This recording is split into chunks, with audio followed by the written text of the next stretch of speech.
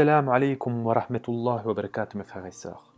Dans nos cours précédents, nous avions parlé des débuts de la sira du prophète sallallahu alayhi wa sallam et de son enfance, et nous étions arrivés au moment où il était devenu orphelin une fois de plus pour la troisième fois, avec le décès de son grand-père Abdul Muttalib, et nous avons expliqué certaines des raisons pour lesquelles Allah subhanahu wa ta'ala a testé ce jeune enfant avec tellement de tests. Et c'était, comme on a dit, pour le rendre plus fort, le rendre indépendant, faire de lui quelqu'un qui a le sens de la compassion en même temps. Pour qu'Allah puisse dire « Nous avons pris soin de toi. Ne t'avons-nous pas trouvé orphelin et nous t'avons élevé » Sourate 93, verset 6. Personne n'a de faveur sur toi. Allah a pris directement soin de toi. Et il y a beaucoup d'autres bénéfices et bénédictions cachées en cela. La prochaine étape de la vie du prophète sallallahu alayhi wa sallam nous amène à évoquer une histoire avec laquelle nous sommes tous familiers. C'est son voyage en Syrie quand il était jeune enfant. Cette histoire est une histoire que nous connaissons tous. Et pour la résumer, le prophète sallallahu alayhi wa sallam a entrepris un voyage en Syrie quand il avait à peu près 9, 10 ou 11 ans. Son oncle Abu Talib allait avec les caravanes et il est dit que l'année où il partait, le prophète sallallahu alayhi wa sallam a dit « Avec qui me laisses-tu ? Comment peux-tu me laisser tout seul ici ?» C'est un jeune enfant et donc Abu Talib a pleuré de compassion et il a décidé de prendre le petit garçon avec lui-même si ce n'était pas le plan initial. Ils vont donc au nord de la Syrie et ensuite ils vont dans le sud au Yémen et donc le prophète sallallahu alayhi wa sallam a voyagé avec Abu Talib quand il était jeune. Et ils sont passés par le monastère d'un moine du nom de Buhayra. Les moines ou les ermites étaient ces gens dans le christianisme médiéval qui s'étaient plutôt coupés de la société. Et aujourd'hui c'est rare, mais on peut quand même en trouver. Il y a toujours quelques chapelles et monastères dans les montagnes, dans les endroits reculés. Ça existe toujours. Il y a des endroits, même ici en Europe on peut en trouver, où personne n'entre ou ne sort, sauf si vous faites partie de cet ordre, de cette servitude si vous voulez. Vous vous êtes consacré à l'église et il y a des monastères spéciaux pour hommes, d'autres pour les femmes, et à l'intérieur, la seule chose qu'ils font, c'est adorer, prier et ils chantent pour leur Seigneur. Ils ne se marient pas, ne se divertissent pas. La seule chose qu'ils font, c'est adorer, prier et chanter pour leur Seigneur. Et ils le font 7 jours sur 7, 24 heures sur 24. C'était plus répandu dans le passé et c'est toujours un phénomène existant à notre époque. Donc, ils sont passés devant un monastère et le monastère n'avait rien à voir avec les voyageurs. Ils sont passés par ce monastère plusieurs fois. Cette fois-ci, le leader du monastère, le moine en charge du monastère, les a suivis et les a appelés. Et il leur a dit, il y a un certain nombre de versions de l'histoire bien sûr dans cette histoire, et il les a invités au monastère. Et dans une autre version, il a simplement discuté avec eux directement, et au final, il a dit à Abu Talib, ce jeune homme que tu as avec toi va être le prophète des Arabes. J'ai vu tous les arbres se prosterner, une prosternation spirituelle que personne d'autre que lui n'a vue.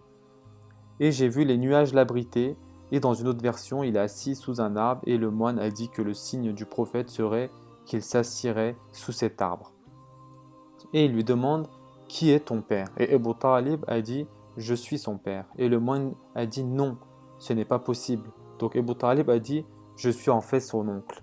Et donc le moine a dit, oui, le père du prophète ne peut pas être en vie, cela fait partie des signes. C'est une très longue histoire, et tout à la fin, le moine aurait dit « Sois prudent car les Romains, entre parenthèses bien sûr, les Juifs, dans une autre version, ils vont le tuer s'ils l'attrapent, donc sois prudent et protège-le. Il sera le leader des Arabes. » Maintenant, c'est l'histoire que nous avons tous entendue.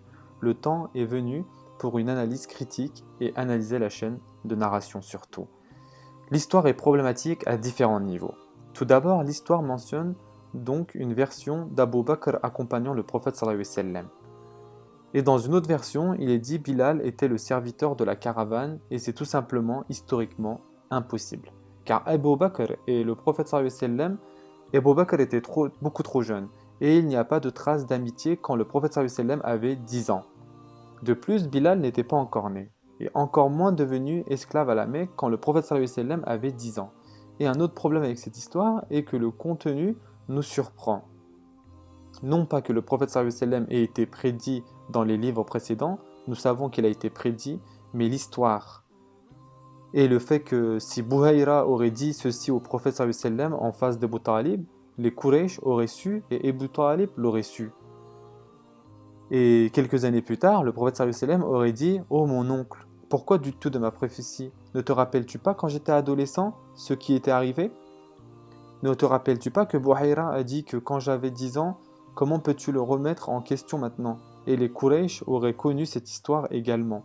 Et tout cela nous alerte et ça nous montre que, subhanallah, nous devons être un peu plus prudents à ce que l'on lit dans les livres et les légendes. Tout n'est pas authentique. Et quand on regarde la chaîne de cette narration, on trouve qu'en fait, il y a bien des problèmes, même dans la chaîne. Il y a des problèmes dans le contenu, et c'est pourquoi plusieurs savants de l'époque, je ne suis pas le premier à le critiquer, l'imam Adabi, Ibn Kathir, Ibn Sa'id Anas, beaucoup de savants ont trouvé cette histoire problématique. Par exemple, l'imam Adabi a dit, je ne suis pas le premier à la critiquer, l'imam Adabi a dit, Abu Bakr avait seulement 20 ans à l'époque. Et quant à Bilal, il a été acheté par Abu Bakr après que la da'wa n'ait commencé, 30 ans plus tard. Et il n'était pas encore né. Et je cite Adabi, pourquoi les arbres l'arbiteraient-ils alors que selon la même histoire, les nuages le suivaient? Ça n'a pas d'intérêt que les arbres le couvrent alors qu'il y a déjà des nuages qui sont au-dessus de lui. Et pourquoi ne trouve-t-on pas que le prophète sallallahu alayhi wa sallam rappelle cet incident et la déclaration du moine à Abu Talib? Et pourquoi n'a-t-il pas mentionné cela au Quraysh quand il a commencé à prêcher sa prophétie? Et si ça s'était vraiment produit, il n'aurait pas trouvé sa prophétie bizarre et il l'aurait bien accueillie. Et si ça s'était vraiment produit, alors quand Jibril l'a visité dans la grotte de Hira, et il ne se serait pas demandé qui était cet ange, et l'aurait bien accueilli, au lieu de courir vers sa femme Khadija par peur. Si le prophète sallallahu alayhi wa sallam savait qu'il allait être le prophète, il en aurait été dans l'attente. Maintenant, quelqu'un peut demander, est-ce si grave? Pourquoi être si critique sur ce sujet? C'est une belle histoire, et notre prophète sallallahu alayhi wa sallam est encore plus loué. Les anges le couvrent, les nuages viennent, les arbres se prosternent. Pourquoi être si académique, me direz-vous? Ne pouvons-nous pas simplement raconter ces histoires et être souples à leur égard? À cela on répond, en effet, les histoires de la Sira, dans leur grande majorité, n'ont pas été rapportées avec la même rigueur dans les chaînes que les hadiths qui déterminent ce qui est halal et ce qui est haram. Et même l'imam Ahmed, qu'Allah lui fasse miséricorde, il a dit, quand il s'agit de halal et haram, on est très strict. Il a serré le poing comme ça, bien fermement. Et quand il s'agit de sira, il a fait comme cela. Pas grave, c'est tout. Et c'est vrai, car beaucoup de détails de la sira sont mentionnés dans les histoires qui ne sont pas véritables à 100%. Et donc on connaît les détails de la bataille de Badr et le nombre de chameaux dans la bataille d'Uhud et un combat spécifique dans la bataille de Khandaq. Et donc on connaît beaucoup de ces histoires ne sont pas racontées avec des chaînes de narration rigoureuses. Et en y regardant de plus près, même dans ma narration, je laisse passer ces histoires, pas de problème. Quand l'histoire crée des problèmes, et c'est une de ces histoires, pourquoi crée-t-elle des problèmes?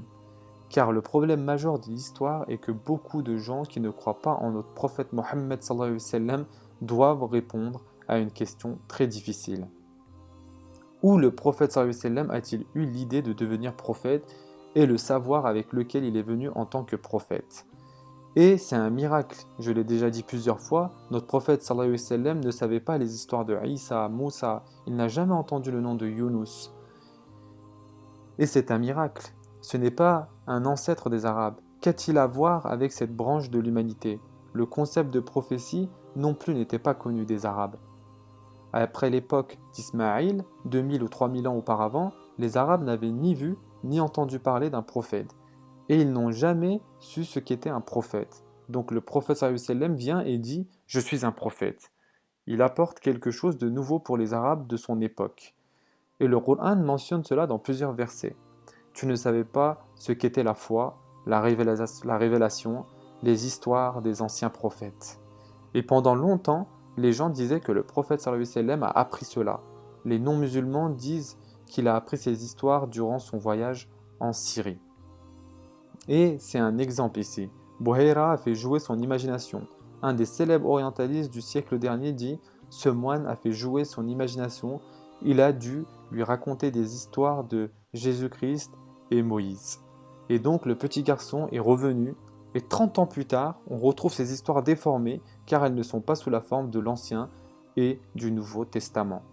La version islamique est toujours différente. Et apparemment, selon lui, il a appris ces histoires et ensuite les a régurgitées quand il était plus vieux. Et la réponse à cela est que, sans même avoir à rentrer dans cela, l'histoire n'a pas de sens. Beaucoup de nos savants l'ont rejeté. Et dans mon cœur, je ne trouve pas que ce soit une histoire réconfortante. L'imam Adhabi a dit « Je pense que cette histoire est inventée ». Et donc l'histoire du moine, l'histoire où le prophète sallallahu alayhi wa sallam rencontre le moine, a quelques problèmes. Et elle n'est mentionnée dans aucun livre de Sira. Et la chaîne de narration a des problèmes ainsi que son contenu. Et donc il est mieux de simplement la raconter et faire remarquer que beaucoup de nos savants n'ont pas trouvé l'histoire acceptable.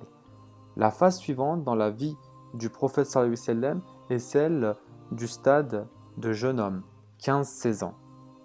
Et comme on l'a dit plusieurs fois, les débuts de la vie du prophète sallallahu alayhi wa sallam est la partie la moins documentée.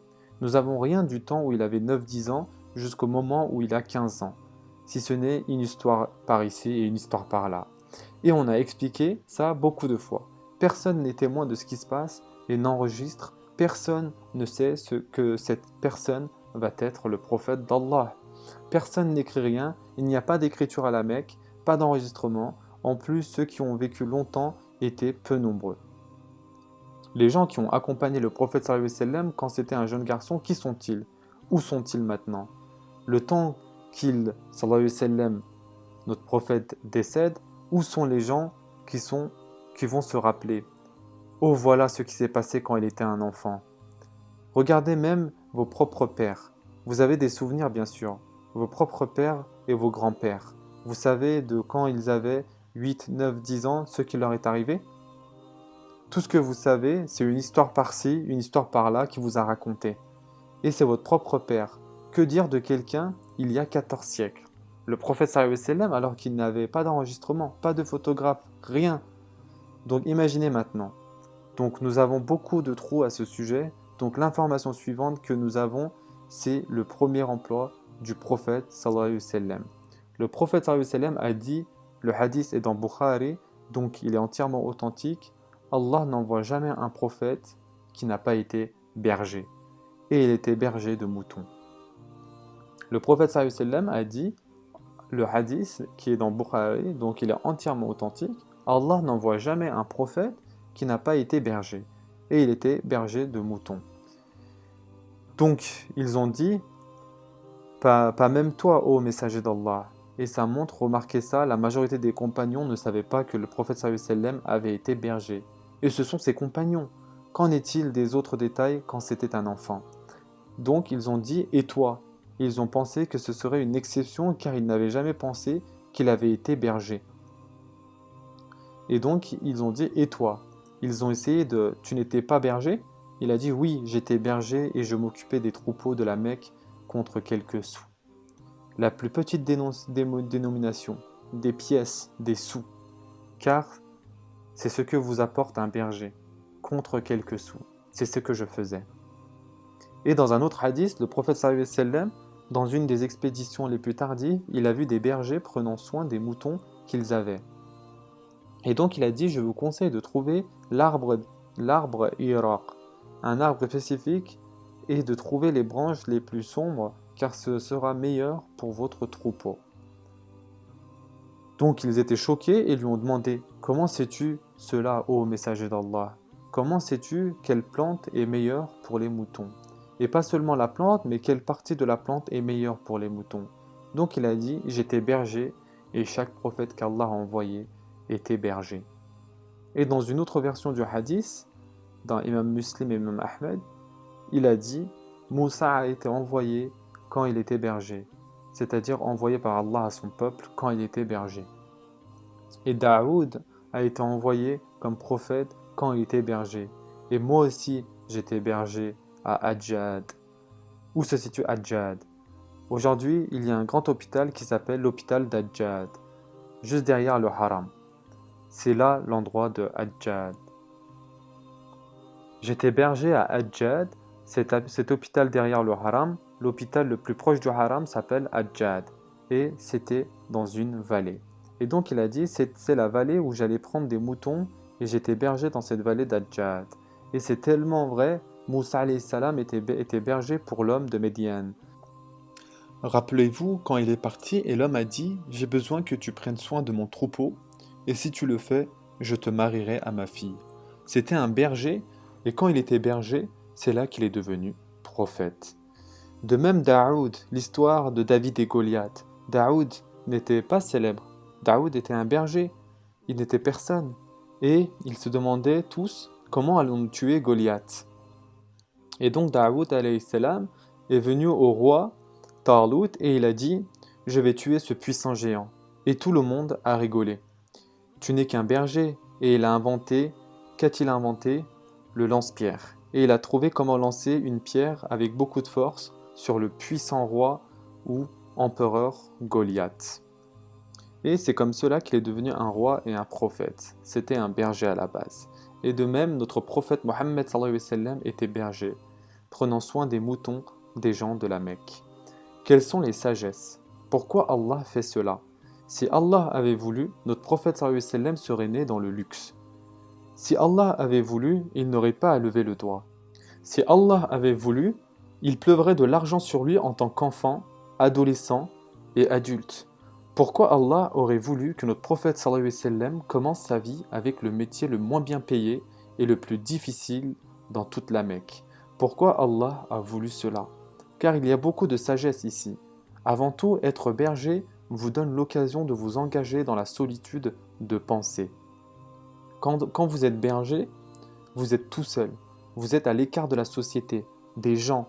Vous prenez votre troupeau de moutons, il n'y a pas d'autres êtres humains autour de vous.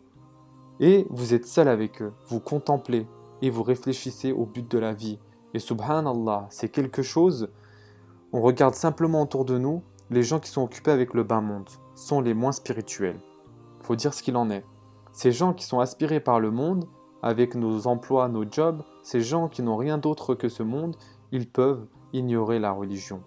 Et au passage, ce n'est pas une coïncidence que l'athéisme soit plus populaire et répandu dans les pays riches, et également dans les professions qui font le plus d'argent. En général, les fermiers, les gens qui travaillent avec la nature sont très religieux, n'est-ce pas? Pourquoi? Parce que quand vous travaillez avec la nature, avec la création d'Allah, automatiquement, ça a un impact sur votre âme.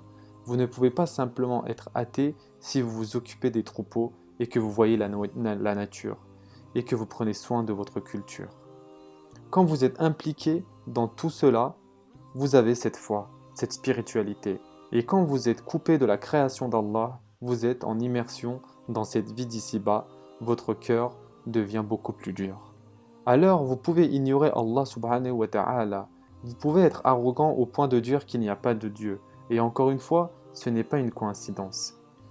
Les gens les plus pauvres sur terre sont généralement les plus religieux. Et les gens qui sont le plus plongés dans le matérialisme, ils ont les cœurs les plus durs et ils peuvent ignorer la religion et la religiosité. Un autre bénéfice du fait d'être berger, c'est que les moutons sont très semblables aux hommes. Il faut s'occuper d'eux où ils vont dévier. Il faut s'occuper d'eux où ils vont dévier. Les moutons ont besoin d'un berger et chaque animal a sa propre personnalité. Et le berger comprend cette personnalité et je n'ai jamais été berger, mais j'ai déjà parlé avec des bergers, j'ai parlé à ceux qui s'occupent de troupeaux et ils m'ont dit exactement la même chose. Il faut traiter chaque animal selon sa personnalité. Certains moutons sont têtus, d'autres sont doux, certains savent où ils vont, d'autres suivent, certains sont leaders et d'autres ne le sont pas. Donc le berger apprend à comprendre chaque mouton dans le troupeau, alors que pour quelqu'un comme moi, ils se ressemblent tous, je ne peux pas différencier un mouton d'un autre. Mais le berger les connaît tous. Si vous allez voir n'importe quel fermier, il vous donnera des noms. Pour moi, ce sont tous les mêmes, mais pour le berger, il les connaît tous et il connaît leur personnalité. Et il traite avec chaque animal selon sa personnalité et c'est ce que doit faire d'ailleurs un leader. Et c'est ce que doit faire le prophète d'Allah. Ils doivent traiter avec chaque personne selon leur personnalité. Également, Autre bénéfice du fait d'être berger, ça vous rend doux et tendre d'un côté et brave et courageux d'un autre côté. Doux et tendre envers votre troupeau et brave et courageux pour affronter les loups et autres animaux qui vont attaquer ces moutons. Et donc simultanément, ça vous rend doux et aimant car ce sont vos animaux, vous devez prendre soin d'eux, et ça vous rend aussi courageux et éloigne la peur car vous êtes responsable de la protection de votre troupeau contre l'ennemi. Et notre prophète sallallahu alayhi wa sallam a dit que les gens qui possèdent des chevaux seront ceux qui seront pleins d'orgueil. Et les gens qui possèdent des chameaux seront ceux pleins d'arrogance. Et les gens qui possèdent des moutons seront ceux pleins d'humilité et seront humbles. Ceux qui possèdent des chevaux sont fiers, orgueilleux. Il n'y a pas de mal si vous vous comportez bien. Le prophète sallallahu alayhi wa sallam fait une déclaration fondée. Ceux qui possèdent des chevaux ont cette caractéristique. Ceux qui possèdent des chameaux deviennent paresseux et un peu arrogants. Et ceux qui s'occupent de moutons, ils sont pleins d'humilité et sont humbles. Et c'est exactement une des raisons pour lesquelles Allah subhanahu wa ta'ala a fait que chaque prophète s'est occupé de moutons. Et donc un berger incarne certaines qualités. Patience, humilité, courage, miséricorde, tendresse. Et ce n'est pas une coïncidence que plus tard dans sa vie, notre prophète sallallahu alayhi wa sallam était très tendre envers les animaux, car c'était un berger. Et il y a tout un aspect sur le droit des animaux en islam, dont on parlera un jour, Inch'Allah. J'ai parlé d'ailleurs des droits des animaux en islam. Notre prophète sallallahu alayhi wa sallam, un jour, un chameau est venu à lui. Un chameau est venu à lui et a commencé à faire ses bruits et des larmes sont sorties de ses yeux. Ce hadith est dans Sunan al-Nasa'i. Et le prophète sallallahu alayhi wa sallam a caressé le chameau. Et il l'a calmé jusqu'à qu'il arrête de pleurer et ensuite il a dit « Où est le propriétaire du chameau ?» Et un homme est venu. Et le prophète sallallahu alayhi wa sallam a dit « Cet animal se plaint de toi. Subhanallah. Cet animal se plaint de toi. Tu le surcharges et tu ne le nourris pas assez et en plus de cela, tu le bats. Crains Allah quand tu traites avec ces animaux avec lesquels Allah t'a béni. Subhanallah. Il ne t'est pas permis d'être cruel même envers les animaux. Et il dit au propriétaire, crains Allah quand tu traites avec ces animaux avec lesquels Allah t'a béni. Il y a la tendresse même envers les animaux.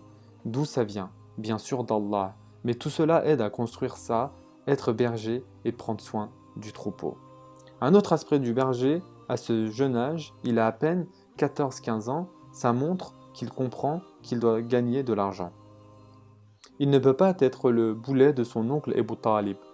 Il doit se débrouiller et être indépendant. Et pour aider son oncle, il s'occupe des dépenses de la maison.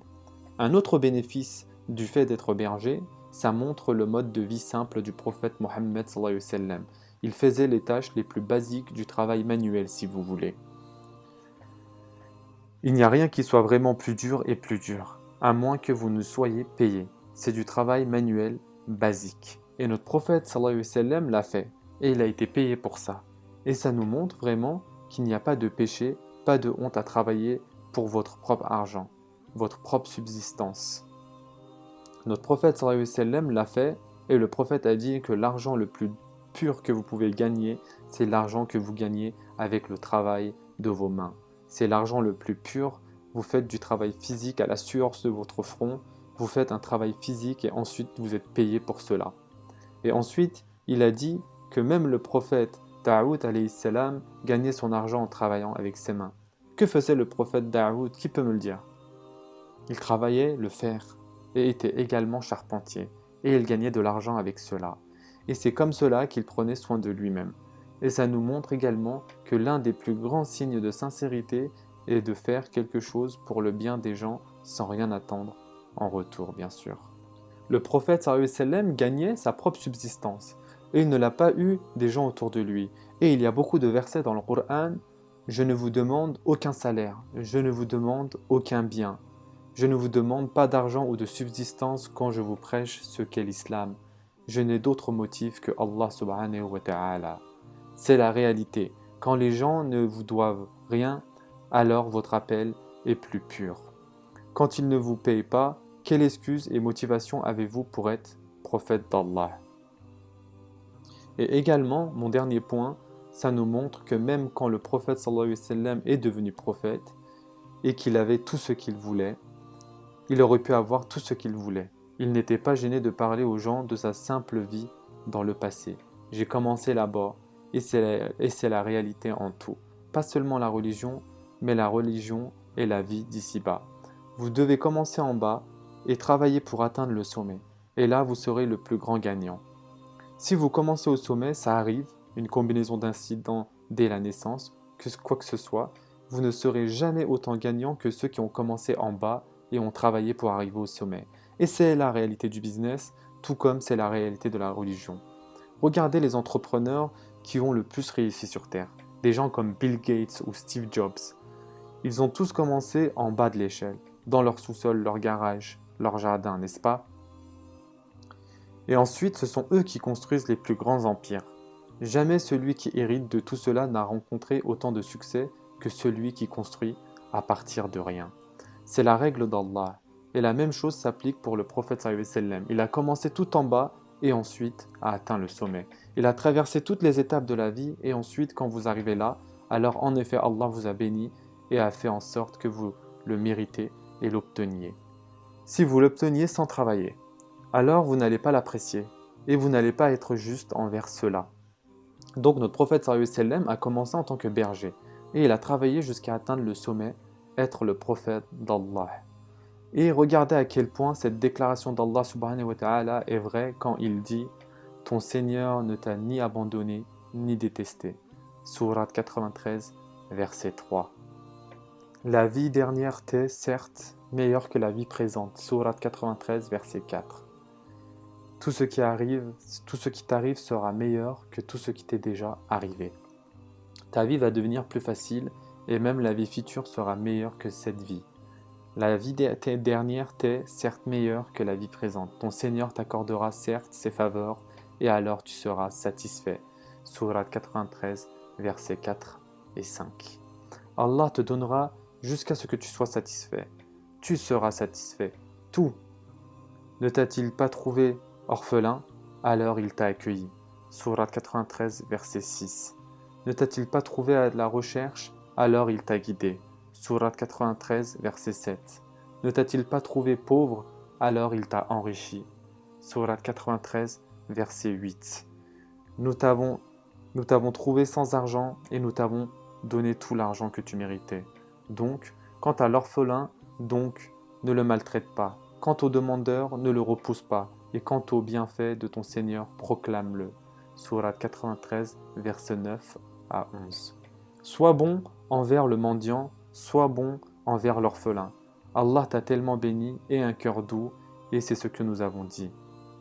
Quand vous débutez dans une situation aussi difficile, vous aurez un cœur doux et vous apprécierez les bienfaits d'Allah. Et si tout lui avait été donné directement, alors il n'aurait pas apprécié comme il l'a fait. Après cet épisode du berger prenant soin de ses moutons, seulement 2 ou 3 choses sont rapportées avant que la prophétie ne commence. La première d'entre elles sont la guerre Fidjar des Quraysh. Quand le prophète sallallahu alayhi wa sallam était adolescent, 17-18 ans peut-être, même 15 ans, on ne sait pas exactement car encore une fois, personne n'enregistre les dates. On va dire entre 15 et 18 ans. Quand le prophète sallallahu alayhi wa sallam était adolescent et probablement plus proche de 15 ans, car il n'a pas participé physiquement au combat, ça montre qu'il n'était pas en âge de porter une épée, et habituellement, il permettait à une personne de porter une épée à peu près à l'âge de 15 ans. C'est à cet âge-là qu'il est devenu un homme comme aujourd'hui. Être un homme, c'est avoir 18 ans. À cette époque, il ne pouvait pas se permettre le luxe d'attendre jusqu'à 18 ans. 15 ans, 14 ans, c'est là qu'on devenait complètement adulte. Donc, les guerres des Fidjar sont une série de petites batailles qui avaient lieu entre 2 grandes tribus d'Arabie. Et encore une fois, sans trop parler des tribus arabes, nous devons comprendre quelques éléments. La tribu de Quraysh appartient à une tribu beaucoup plus grande, c'est ce qu'on appelle la branche, pas une tribu, de Kinana. Kinana n'est pas le nom d'une tribu, c'est le nom de plusieurs grandes tribus parmi lesquelles il y a Quraysh. Et une autre grande branche de la race arabe était une tribu, non pas une tribu, mais une branche appelée les Qais Aylan. Et les Qais Aylan est composé de tribus telles que les Qatafan, les Hawazin. Ce sont des tribus dont on va reparler dans la Sira. Qatafan, Hawazin appartiennent à la plus grande branche de Qais Aylan. Quraysh et les autres appartiennent à la plus grande branche de Kinana. Pour résumer, une personne de Kinana, d'une des plus grandes tribus de Quraysh appartient à Kinana. Une personne de Kinana a tué quelqu'un des Hawazin. Et quand ils ont découvert ça, les Hawazin ont attaqué les tribus de Kinana, dont les Quraysh, qui en faisaient partie. C'est ça l'ignorance. Tu tues l'un des miens, je vais tuer l'un des tiens. Donc les tribus de Kinana, y compris Quraysh, se retournent rapidement au haram. Qu'est-ce que le haram? Le sanctuaire sacré de la Mecque et les endroits alentours. Pourquoi ont-ils fait cela? Car la règle de droit qui est toujours valable dans notre religion, quand vous entrez dans le haram, que se passe-t-il? Vous êtes protégé et personne ne peut vous tuer. Donc ils sont précipités vers le haram. Les Hawazin les ont suivis et comme ils étaient tellement en colère et déboussolés, ils ne sont pas souciés du haram et ils ont attaqué les Kinaanais. Maintenant, c'est intéressant. La faute au départ est du côté des Quraysh, mais les représailles ont été bien plus fortes. Car tuer une personne en dehors du haram est un crime. Attaquer le sanctuaire du haram est un crime bien plus grand. Vraiment bien plus grand. Et donc, les Quraysh ont déclaré la guerre contre les Hawazin et contre les Qais Aylan. Vous comprenez, n'est-ce pas? Les deux camps sont en tort. La faute au départ est du côté des Quraysh. Pas quelqu'un de Quraysh, mais de Knana, donc de la grande branche. Ensuite, l'autre tribu a attaqué la Mecque et ils ont enfreint la règle dans le sanctuaire du haram. Maintenant, les Quraysh sont hors d'eux-mêmes. Vous avez enfreint la sainteté du haram, nous allons vous attaquer. Donc une guerre a éclaté, on l'appelle les guerres de Fidjar, et à la base, les camps opposés gagnaient et les Quraysh perdaient, et au final, les Quraysh ont gagné et un traité de paix a été conclu. Il y avait moins de combats et au final, un traité de paix a été conclu et les Quraysh ont accepté de payer le prix du sang et les combats se sont arrêtés. Le prophète sallallahu alayhi wa sallam dit dans un hadith authentique, quand il est bien plus âgé, il dit « Je me souviens avoir participé aux guerres du Fidjar ». Pourquoi les appelle-t-on les guerres du Fidjar? Fidjar fait référence au mal. Fujur, Fajir. Le mal, pourquoi? Car les deux camps ont commis le mal. Mais c'est surtout parce que le sanctuaire du haram n'a pas été respecté, ce qui est un très grand mal.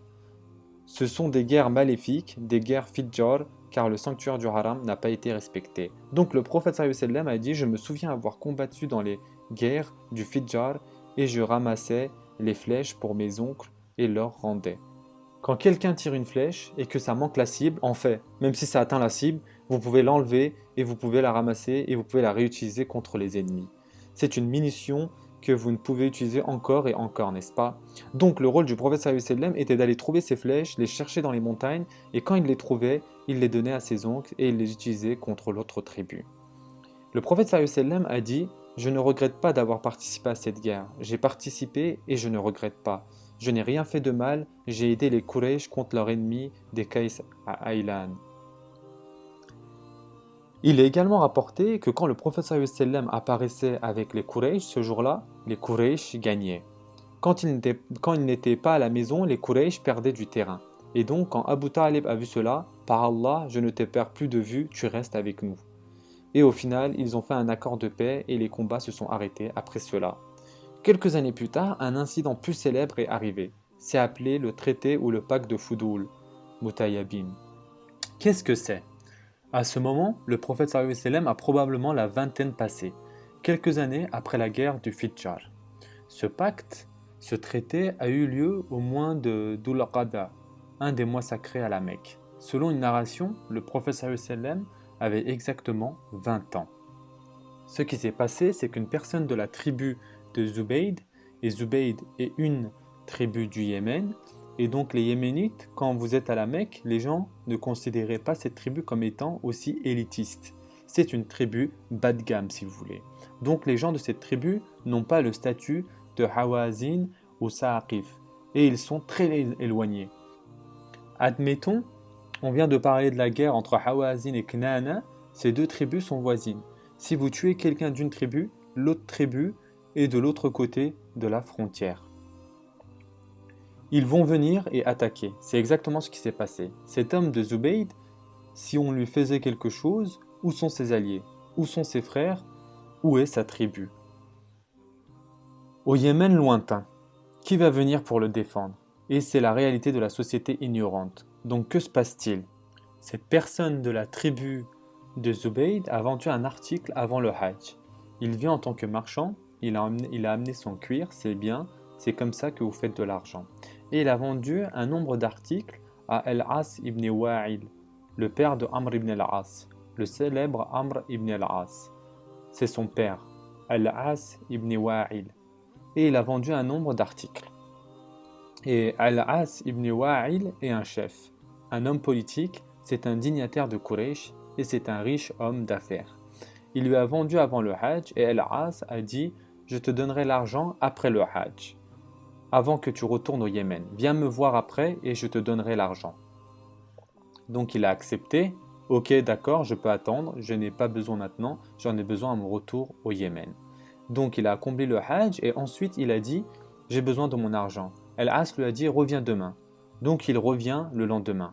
Al-As lui redit « Reviens demain. » Il revient le lendemain. Et ensuite, il a continué à faire ça jusqu'à ce qu'il a réalisé qu'il n'allait pas récupérer son argent. Il l'a volé et ne lui a pas donné son argent.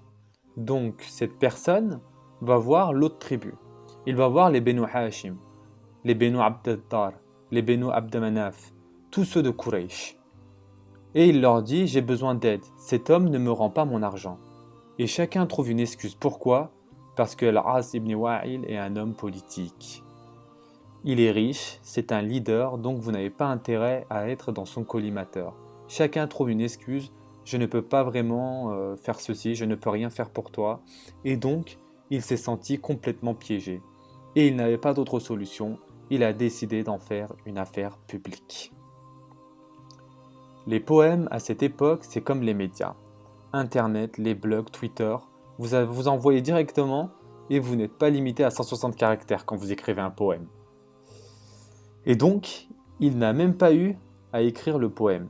Ça lui est venu naturellement. Subhanallah, c'est surprenant. Je ne sais pas comment il faisait. Ça lui est venu naturellement. Et ensuite, vous le dites à haute voix et ça se répand partout, le fait qu'une telle personne ait fait un tel poème. Et donc un jour, lorsque tout le monde était en face de la Kaaba, il se rassemblait au moment du Asr. Tous les gens de la Mecque venaient et s'asseyaient. C'est une place de rassemblement également. Maintenant, il vient et dit à voix haute le poème qu'il a compilé. Donc, il dit « Ô peuple de Quraysh, j'ai été traité injustement au niveau de ma marchandise. Je suis dans la vallée de la Mecque. Loin de chez moi et loin des gens qui me protègent. Je suis toujours dans mon état de pureté. Mes cheveux n'ont pas été coupés car il est toujours en état de ihram. Je n'ai même pas fini ma Umrah. Où sont mes hommes qui peuvent m'aider? Entre le Maqam Ibrahim et les pierres, vous me faites ça? Je suis en état d'ihram. Je suis dans un état et je suis entre le Hijr et le Hajar. Le Hijr, c'est le demi-cercle et le Hajar, c'est le Hajar Aswad, la pierre noire. Et c'est comme ça que l'on me traite.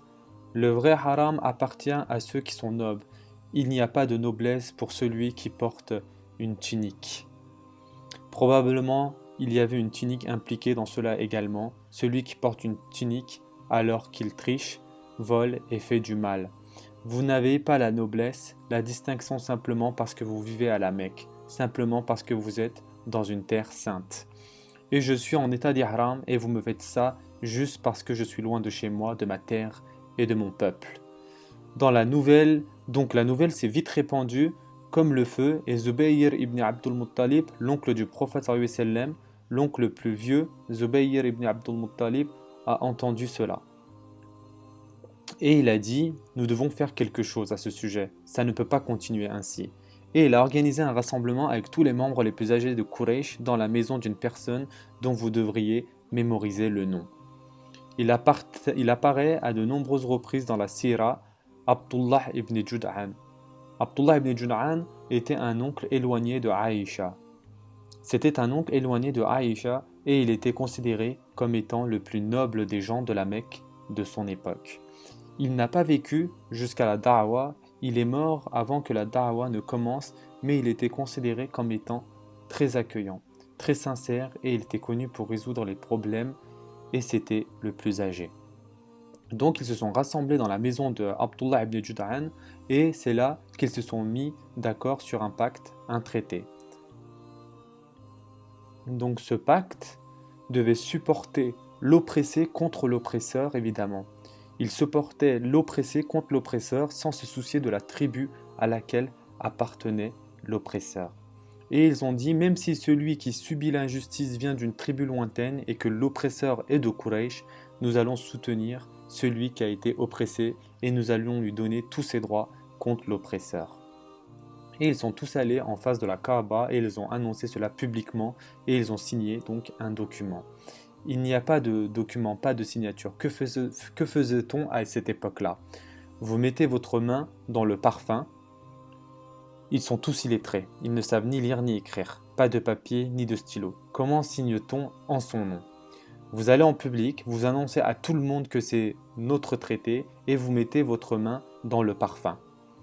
Et vous mettez ce parfum sur la Kaaba à la même place, tout le monde à la même place, et c'est pour cela qu'on appelle Hilfal Mutayyabin. Mutayyabin veut dire parfum, et donc c'est le traité de ceux qui sont parfumés. Hilfal Mutayyabin. C'est également appelé Hilf al-Fudul. Beaucoup de gens ont essayé d'expliquer pourquoi. La raison la plus probable semble être que quand Al-As ibn Wa'ila a entendu cela, ça l'a agacé et il s'est mis en colère. Et il a dit pourquoi se sont-ils impliqués dans une affaire qui ne les regarde pas? Fuduli veut dire que ça ne les regarde pas. Ça ne les regarde pas, pourquoi s'implique-t-il?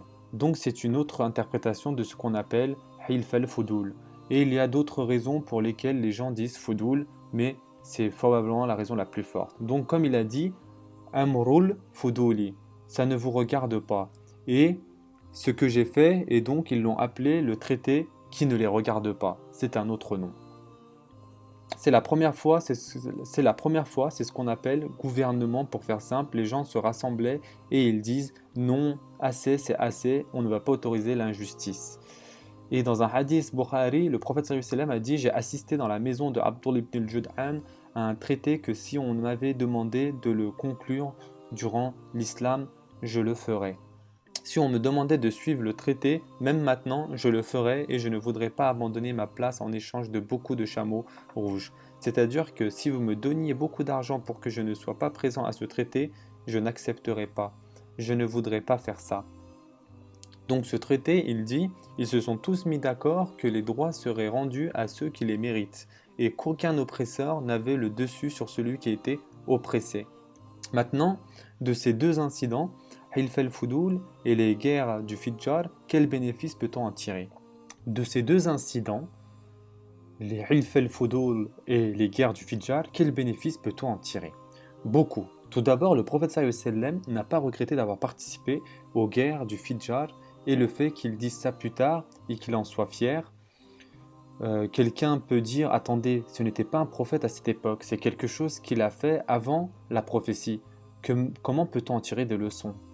Nous disons, il raconte ça plus tard et il dit je ne regrette pas ça, montrant que ce qu'il a fait était correct. Et ça nous montre qu'il est permis, et certains savants ont déduit cela, qu'il est permis de combattre dans des guerres qui ne sont pas nécessairement religieuses. Car c'est une guerre qui n'a rien à voir avec la religion, c'est une guerre pour défendre le haram, le sanctuaire du haram. Les deux côtés sont païens. Des deux côtés, on adore les idoles. Les deux côtés croient au même Dieu, et pourtant le prophète sallallahu alayhi wa sallam y a participé. D'autres ont fait remarquer qu'il n'a pas combattu physiquement, il a aidé. Qu'a-t-il fait? Il a donné les flèches à son peuple. Donc il y a beaucoup de firq. Les gens débattent à quel niveau, mais au final, même dans de telles guerres, où les choses défendues ne sont pas purement religieuses, les musulmans ont un peu de latitude pour faire quelque chose, s'impliquer. Car le prophète sallallahu alayhi wa sallam a fait quelque chose, et dans cette guerre, ce n'est pas une séparation radicale, le bien contre le mal, car les deux côtés ont fait du mal. Mais un côté a fait plus de mal que l'autre, et le prophète sallallahu alayhi wa sallam a combattu du camp qui était le plus proche de la vérité. Et encore une fois, il ne combattait pas réellement, mais il a participé d'une certaine façon, et c'est une chose à laquelle on doit penser dans le monde dans lequel on vit. Où beaucoup de guerres, admettons qu'on parle des guerres, qui n'implique pas de pays musulmans, beaucoup de guerres sont sombres. Peut-on aider? Peut-on soutenir? C'est de la jurisprudence qui peut être discutée à partir de cet incident. De même, la question de Hilf al-Fudul, ces incidents montrent que c'est un point très important pour nous. Effectivement, en Occident, le prophète sallallahu alayhi wa sallam était impliqué activement dans la société de son époque. Mais si la société de son époque n'était pas musulmane, et il était fier de cette implication, et les raisons qui l'ont poussé à s'impliquer ne sont pas purement religieuses.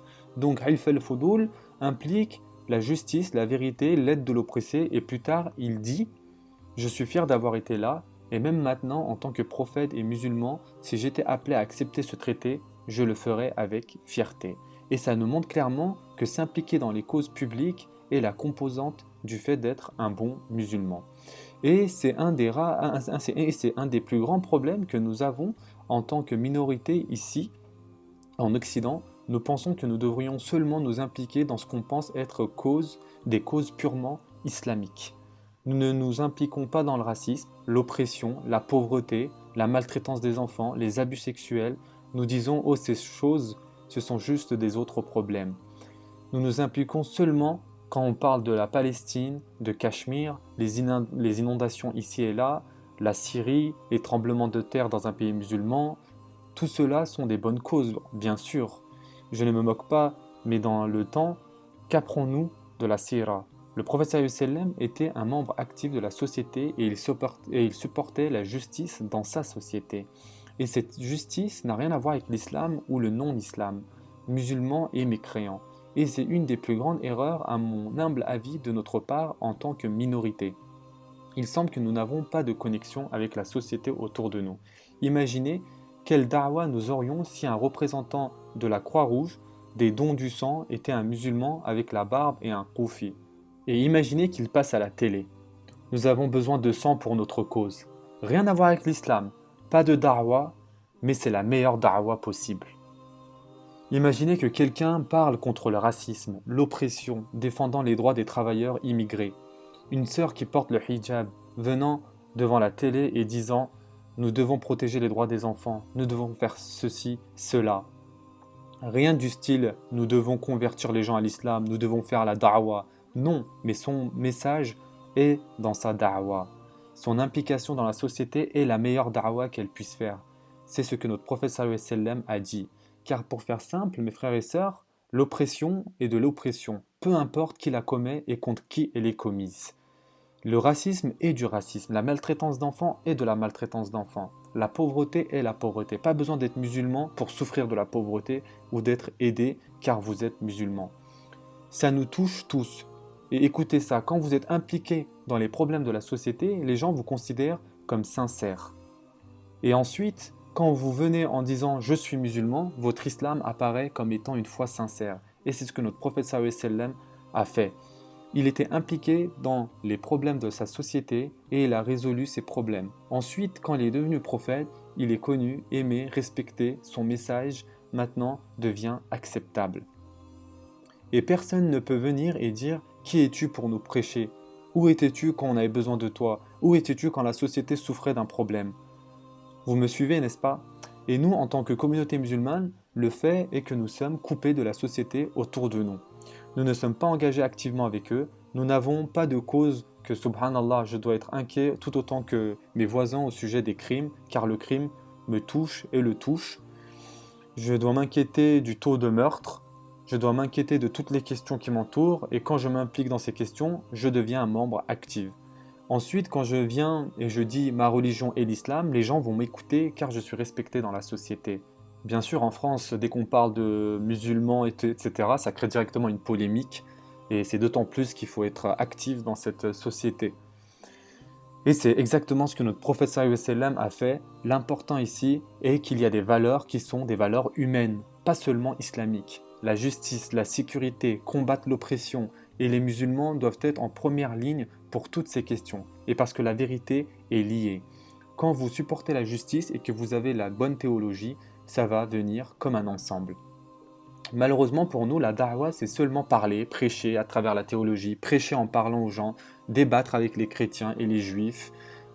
Malheureusement pour nous, ça se limite à ça. Non, C'est un aspect infime de la da'wah. Et ce n'est pas l'essentiel de la da'wah. Notre prophète sallallahu alayhi wa sallam nous a montré ce que nous devons faire.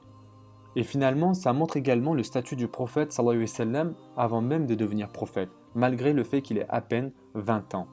Il est appelé pour assister au traité de Judayn et de plonger sa main, c'était le participant le plus jeune. Et ça nous montre qu'ils ont vu en lui un futur leader, sinon ils n'auraient pas invité un jeune pour participer à leur rassemblement. C'était le plus jeune participant dans la maison de Judayn et ça montre clairement qu'ils ont vu en lui qu'il deviendrait un jour un grand leader. Et c'est exactement ce qui s'est passé. Et cet incident nous montre aussi que malgré toutes les différences et tous les problèmes des Arabes et des Quraysh, ils avaient quand même du bien en eux. Et ils avaient des caractères de noblesse, de vertu, et malgré leurs différences tribales, ils ont accepté de se réunir pour aider le lésé et l'oppressé. Et ça nous montre que même si c'était une époque d'ignorance, il y avait quand même de la vertu en eux, et c'est en raison de cette vertu et de ce bien qu'Allah subhanahu wa ta'ala a choisi d'envoyer notre prophète sallallahu alayhi wa sallam parmi eux pour faire revivre ces mêmes vertus. Prenez soin de vous mes frères et sœurs, et à très prochainement, Inch'Allah.